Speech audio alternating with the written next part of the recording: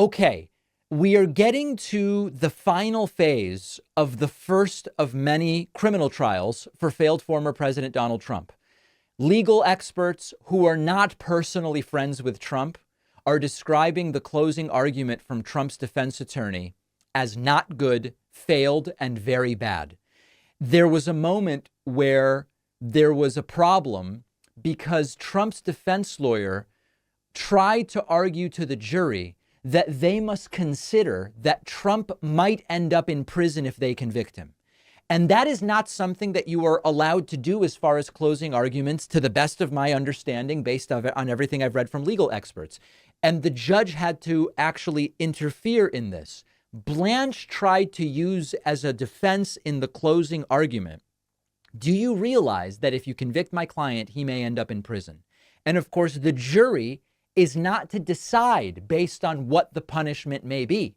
The jury is meant to take a look at what does the law say and what are the facts of the case as they came into this trial. Let's apply the facts to the law and determine whether a law was broken. It will then be up to a different part of the justice system to decide what, if any, and how severe a punishment there may be, and whether that will include prison time. And Todd Blanche tried to say, you're not, you might put a president in prison if you convict, right? And that is not a valid form of argumentation. Paula Reed, CNN's legal correspondent, was in the courtroom yesterday during these closing arguments, and she said, this is not good.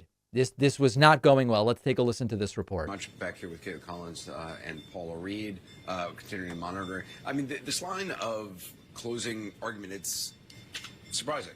It's not good.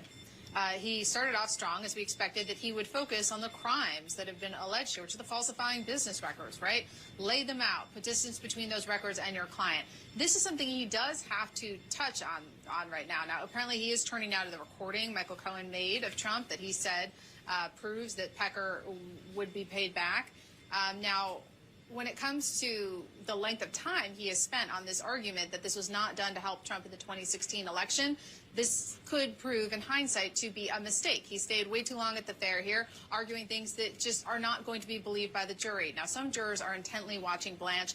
Others are glancing down at monitors where the testimony and the documents are being displayed. Now, what he's talking about is a recording that Michael Cohen secretly made of Donald Trump, the man he was working for. So, you know, ethically, that is dodgy, completely sleazy. And Michael Cohen's testimony was that he made that in order to play it for David Pecker, so that David Pecker would be assured that he was going to get paid back, because David Pecker was concerned he wasn't going to get paid back.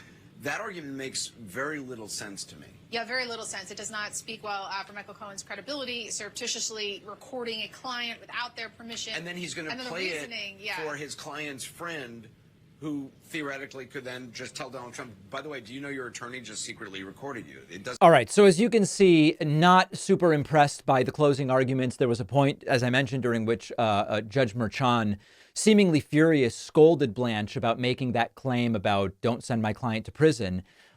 He said, as an attorney, you must know that that's not allowed. He said, quote, making a comment like that is highly inappropriate. It's simply not allowed, period. And of course, part of the reason it's not allowed is it is also misleading jurors, because it's possible Trump will go to prison, but he might not. And that is not the basis on which they should be determining guilt or innocence anyway. And also, it's potentially not accurate. So a number of different problems during this closing argument. And a number of legal experts are saying, listen, the evidence here is overwhelming.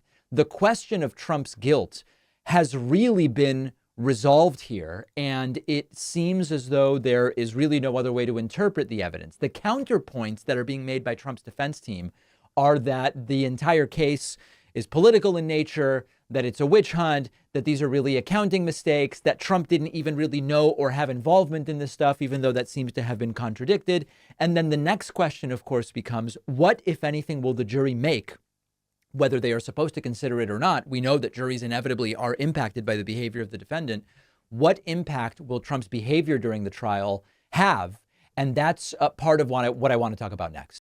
Have you seen these people search sites? It's a big data privacy problem in the United States because they publish detailed personal profiles on millions of Americans online for anyone to see. And it is crazy. They can show your address, your internet activity, license plate number, even your political or religious beliefs. Government agencies like the FBI and NSA even buy this data to potentially use against you.